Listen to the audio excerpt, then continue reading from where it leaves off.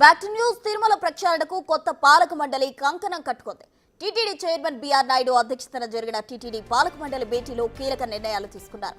తిరుమలలో నేతలు రాజకీయ విషయాలు మాట్లాడడంపై నిషేధం విధించారు. ఇక తిరుమలలో రాజకీయ ప్రసంగాలు నిషేధిస్తూ టీటీడీ బోర్డు నిర్ణయం తీసుకుంది.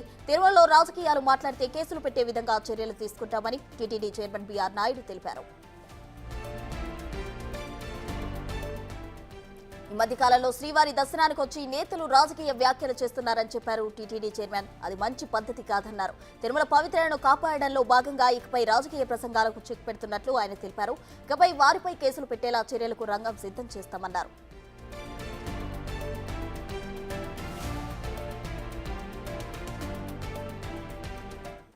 టీటీడీ పాలక మండలి భేటీలో కీలక నిర్ణయాలు తీసుకుంది. దీనికి సంబంధించి మరింత సమాచారం మా ప్రతినిధి దామోదర్ అందించేందుకు సిద్ధంగా ఉన్నారు. దామోదర్,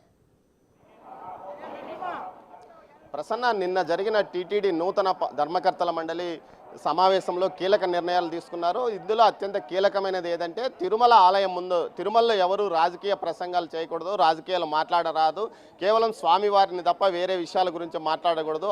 ఆలయం పవిత్రత దెబ్బతీయకుండా మాట్లాడిన ఎవరైనా సరే వారి మీద కేసులు పెడతాము, ముందుగా హెచ్చరికలు చేస్తాము, ఆ తర్వాత కేసులు పెడతామంటూ టీటీడీ చైర్మన్ బీఆర్ నాయుడు నిన్న జరిగిన మీడియా సమావేశంలో తెలియజేశాడు. అంతకు మునుపు ఈ విషయం మీద టీటీడీ కూడా ఒక తీర్మానం చేసింది.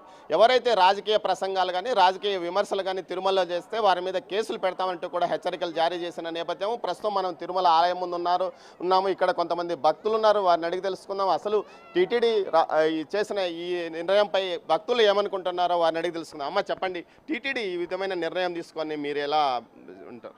చాలా హర్షించదగ్గ విషయం అండి ఇది.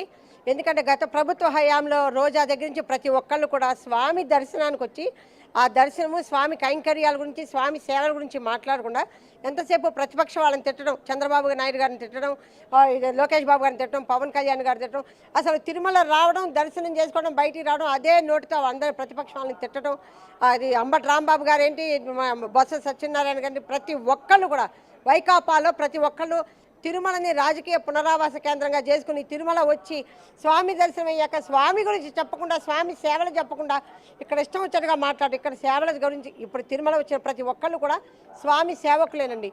ఇక్కడ దర్శనం చేసుకున్నాక స్వామి దర్శనం ఎంత బాగా జరిగింది, స్వామి సేవలు ఎలా జరుగుతున్నాయి, ఇక్కడ భక్తులకు ఎన్ని సౌకర్యాలు కలగజేస్తారన్నది చెప్పి తిరుమల పవిత్రతను కాపాడాలి.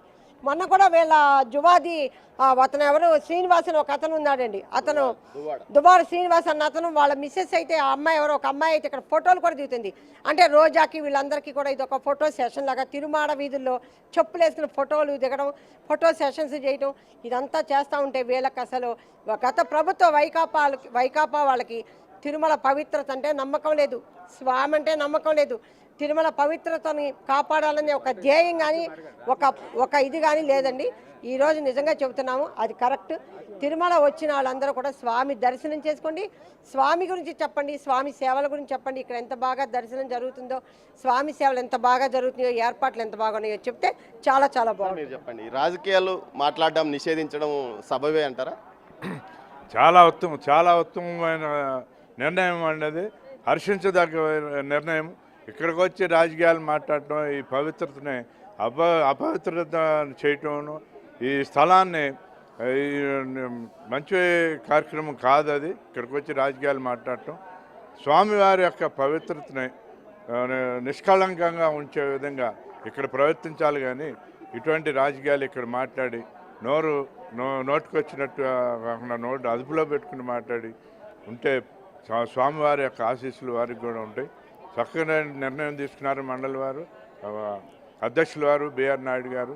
ఇంకా దీనికి భక్తులకి అసౌకర్యం కలగకుండా సౌకర్యంగా ఏ విధంగా అభివృద్ధి చేయాలనే దాని మీద దృష్టి పెడితే బాగుంటుందని మా ఆలోచన. సార్, మీరు చెప్పండి, నిన్న టీటీడీ తీసుకున్న నిర్ణయాన్ని మీరు హర్షిస్తున్నారా? Definitely sir, because people are coming from every corner of the city now. Okay, all India నుంచి వస్తున్నారు. ఇక్కడ రావడం అంటే ద భక్తి. Okay, there should not be any political agenda or anything, no VIP, nothing. That culture should not be there. So people should come for darshan. So we are all below God, not above God. That should be there. I think I agree with whatever decision government has taken.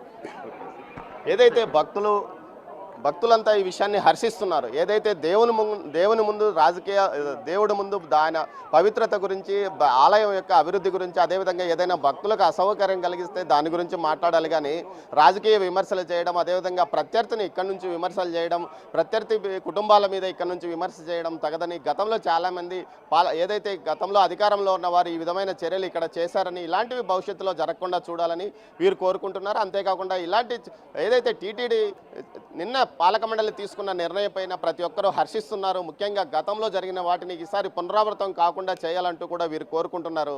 Prasanna. Right Damodar, thank you.